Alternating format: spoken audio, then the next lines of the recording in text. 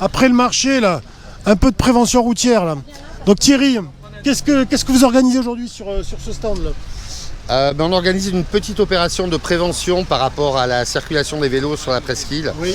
Chose que j'avais organisée en début d'hiver sur Lège-Bourg, Oui. par rapport aux éclairages des gamins qui vont au collège, Oui. qui posent vraiment de gros problèmes. Oui. Et puis voilà, moi j'ai eu beaucoup de retours en me disant la problématique des vélos sur le Cap Ferret, c'est un peu du n'importe quoi, faut l'avouer. Oui. Donc il était judicieux de refaire la même opération en début de saison, voilà, avant la grande période d'été. Oui. C'est les comités de village qui ont pris en charge ces interventions de prévention. Donc le comité de village de Lège. Oui. Et du coup, ça m'a permis de me rapprocher des comités de village du Cap Ferret pour organiser cette petite manifestation sur un gros week-end. Et je pense que c'est vraiment extrêmement important avant qu'il y ait des gros pépins.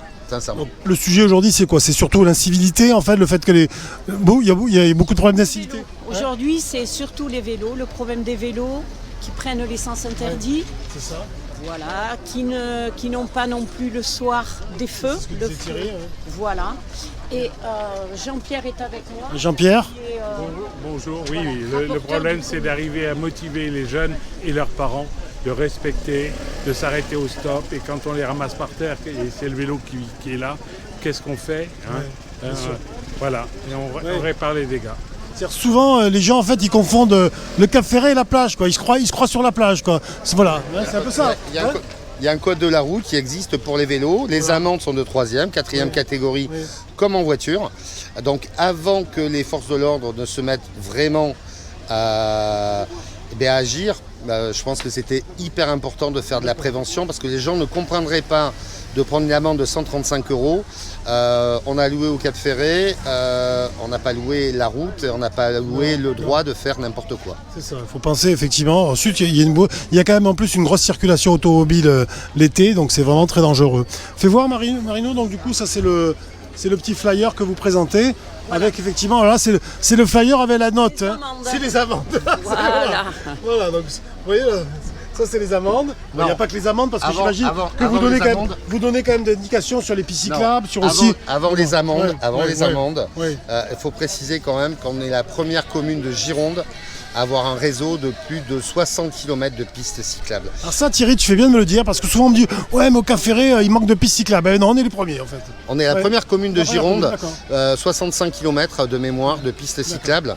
La mairie investit beaucoup pour la sécurité.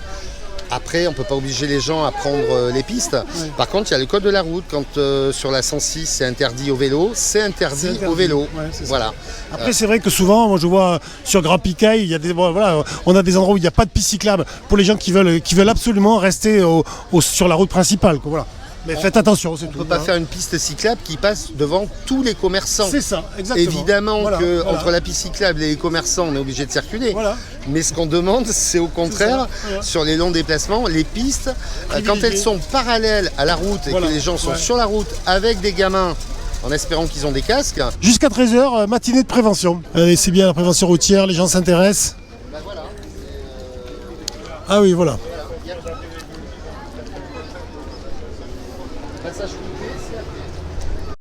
vous voyez, il n'y a pas que l'organisation des villages du Ferret qui sont intéressés et sollicités sur ce sujet, puisque là je suis avec Nicolas de Western Flyer, donc le plus gros loueur de la presqu'île. Et Nicolas, justement, il me disait que, toi aussi, bien sûr, forcément tu es impliqué, mais tu t'es impliqué également sur le problématique de la presqu'île. Ouais, bien sûr. C'est ce qu'on fait déjà depuis de nombreuses années en magasin. Forcément, on est obligé de le faire, de vraiment avoir un discours logique de la sécurité routière et du bon sens surtout sur la presqu'île. Parce qu'effectivement, la presqu'île est malheureusement pas super bien aménagée en termes de pistes cyclables, donc il faut arriver à faire comprendre aux gens qu'il faut éviter de rouler en double sens, en prendre les sens interdits, enfin voilà. Alors on essaye de le faire, mais on a tellement de monde que c'est compliqué. C'est pour ça que justement avec Thierry, on a fait la première intervention cet hiver avec l'éclairage des vélos sur le... Oui, alors vous avez fait une opération fort appréciée. Pour les lycéens et les collégiens.